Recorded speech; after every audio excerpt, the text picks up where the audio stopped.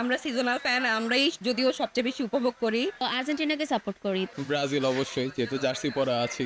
ছোটবেলা থেকেই করি, 2014 সাল থেকে মনে করি।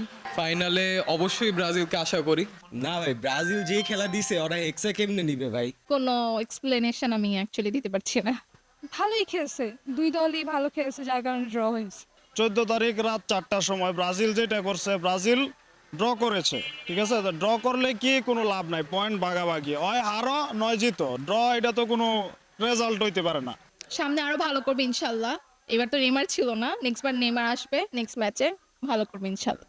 হ্যাঁ, একটু টক্সিক, আর্জেন্টিনার সাথে ঝগড়া করে সবসময়, এটাই। নো নো, কেন কেন উগ্র হবে?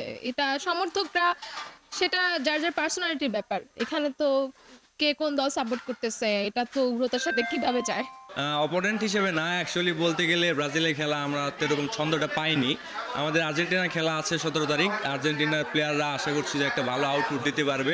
নেক্সট ম্যাচে আশা করি যে ওরা যে এই বর্তমানে যে ম্যাচটা দিছে এটা দিয়ে কিছুটা শিক্ষা নিয়ে দেন হলো আর ওদের পাসিং কন্ট্রোলটা ভালো করবে। অ্যান্ড যেহেতু নেইমার আছে, ক্রিয়েটিভ প্লেমেকার আছে, তো বল বানাই দিয়ে অবশ্যই একটা ভালো একটা রেজাল্ট পাবো আশা করি। না, অবশ্যই ব্রাজিলের আরেকটু পটেনশিয়াল ছিল, ভালো খেলা দেওয়ার অবশ্যই তাদের পটেনশিয়াল ভালো ছিল, কিন্তু যাই হোক ওরা ওইরকম খেলা দিতে পারেনি। ওই জায়গায় মরক্কোরা ওদের সুন্দর একটা খেলা দিয়েছে, উপভোগ করার মতো খেলা আমরা মরক্কো ওদের কাছ থেকেই দেখতে পেরেছি। নেইমার হ্যাঁ, মেসি আমার ফেভারিট প্লেয়ার। Obviously Messi. মেসির প্রতি সবসময় সবার একটা এক্সপেকটেশন থাকে। এবারও বিশ্বকাপে আশা করছি মেসি একটা ছন্দ দেখাতে পারবে। আমেজটা আমাদের ক্ষেত্রে কম, কারণ আমাদের ফাইনাল পরীক্ষা চলতেছে। আমরা চাইছিলাম উপভোগ করতে, কিন্তু আমাদের পরীক্ষার জন্য ঠিকমতো পারতেছি না। হ্যাঁ, কজ আমাদের ক্লাস থাকে, এরকম 4টা-3টা বাজে খেলা দেখতে সমস্যা হয়। যেমন কালকে খেলা হয়েছে, কিন্তু আমি দেখতে পাইনি, যে ক্লাস থাকার কারণে।